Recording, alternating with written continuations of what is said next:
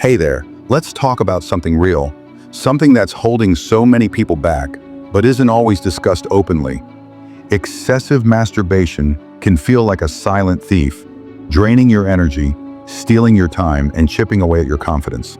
Over time, it can leave you feeling like a shadow of yourself, hollowed out, with your dreams slipping further out of reach. But here's the good news, there's a way to break free. The spiritual teacher Osho tackled this topic head-on with profound wisdom, offering insights that can change the way you see yourself and your potential. In this video, I'm diving into the most powerful lessons from Osho's teachings. Practical, life-changing truths that can help you reclaim your energy, rebuild your confidence, and reignite your dreams. Stick with me because this could be the wake-up call you've been waiting for. Jake's road to redemption. In a small town in Ohio, Jake Wilson, a 36-year-old mechanic, felt like he was carrying the weight of a lifetime's mistakes. He'd made good money fixing cars, but his life seemed to have gone off the rails early on. When he was just 6 or 7, urges he didn't understand started stirring in him. From age 10 to now, he'd poured his energy into chasing fleeting pleasures, parties, relationships, you name it, until he lost track of how much he'd burned through. To top it off, Jake was born premature, spending only 7 months in his mother's womb, as if his life was destined to feel incomplete from the start. Every night, Jake lay awake, his mind racing. "I've wasted everything," he'd mutter. "I couldn't hold back my impulses, so how can I find wisdom now? I'm the root of my own mess, pretending I know it all when I'm clueless." He tried turning his life around, joined a meditation group, even called himself spiritual for a while, but it felt like running away. Anger and pride still had him in a chokehold. "I'm just a shell of a man," he thought, "and I'm done fighting. I need help." Desperate, Jake found himself at St. Mary's Church, sitting across from Father Michael, a kind-eyed priest known for his wisdom. Jake poured out his heart, his regrets, his reckless past, his feeling of being lost. "Father, I'm at the end of my rope. Only God can fix this now." Father Michael leaned back, his face calm, and said, "Jake, let me tell you a story." Father Michael's story. Once, there was a guy named Tom wandering through a dense forest, trying to find his way home. He'd set out with big dreams, but got sidetracked chasing shiny distractions. Money, thrills, you name it. Some days, greed pulled him one way. Other days, anger led him astray. Years passed and he was still lost. Exhausted, he collapsed under a giant oak tree, thinking, "I've blown it, my life's over." But then, a breeze rustled the leaves, and it was like a voice whispered, "Tom, what's done is done.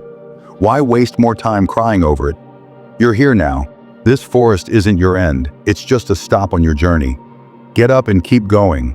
Even one tiny seed of hope can grow into a whole garden." Tom opened his eyes and noticed a single acorn at his feet. He planted it, watered it, and over time, it grew into a strong tree.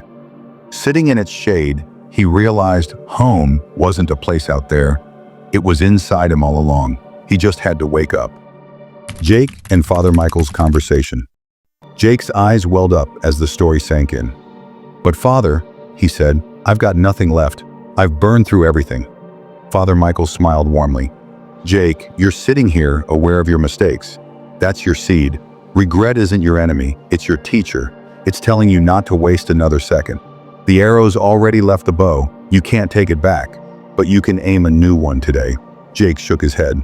"My mind's a mess, chasing desires, stuck in anger, full of ego. Even when I tried to be spiritual, it felt like I was just dodging reality." "Listen, Jake," Father Michael said gently, "you're not the only one who's wandered. Everyone gets lost, some in lust, some in greed, some in rage. But here's the thing, maybe getting lost brought you here. You're not in a bottomless pit, just a shallow ditch. All you need is the courage to climb out." "But I've got no energy left," Jake said. "I've spent it all." Father Michael's eyes sparkled. "Energy doesn't run out, Jake. It's not like a bank account where you spend it once and it's gone. Your life force, your vitality, it's renewed every day through food, rest, and breath. You can start fresh. Think of self-discipline not as a punishment, but as a way to channel that energy into something meaningful. Your well can fill up again. A new way forward." Father Michael leaned forward. "Look at life with hope, Jake. Take a guy who's hit rock bottom with drinking. His addiction might be what leads him to a place like this, seeking answers. Your wandering brought you here too. Sometimes, the road to redemption starts in the messiest places. He continued, the last thought you have when you die shapes the first thought of your next life. It's like when you go to bed worrying about bills, you wake up stressed. But if you fall asleep with peace in your heart, you wake up calm. Live with awareness, Jake. Desires hit hardest when you're at your weakest, especially at the end. Stay awake to them, Jake's voice cracked. I'm helpless, Father. I've got to leave it to God now. There's a difference between being helpless and hopeless, Father Michael said. Helplessness can open your heart to grace, but hopelessness slams the door shut. Don't say, I've tried everything and nothing works. Say, my ego's failed me, so I'm turning to something bigger. That's the prayer that sets you free. Jake's new beginning. Father Michael's words lit a spark in Jake. His regret wasn't a weight anymore, it was a call to action. He realized his wandering wasn't a failure but part of his journey. He made a promise to himself, no more crying over the past. He'd pray for the future and live fully in the present. Months later, Jake was a changed man. His face glowed with a quiet peace. He started volunteering at the community center, helping kids stay out of trouble. People in town noticed. Jake's like a new person, they'd say, and Jake would smile, knowing his new beginnings started the moment he let go of regret and took his first step toward wisdom. Father Michael's words echoed in his heart. What's gone is gone. God's waiting for you. You're searching for him, and he's searching for you. When your hands meet, the music begins, and you'll find yourself right at the heart of your destination. And there you have it, the most powerful lessons from Osho to help you break free from the grip of excessive masturbation and reclaim your life. Remember, this isn't about guilt or shame. It's about waking up to your potential and channeling your energy toward the dreams that light you up. You've got the tools now. Start small, stay mindful, and be kind to yourself on this journey. If this video hit home for you, give it a thumbs up. Share it with someone who needs to hear this. And drop a comment below to let me know what resonated most. Don't forget to hit that subscribe button and ring the bell so you never miss a video that could spark real change in your life. Keep pushing forward because you're stronger than you think. I'll see you in the next one.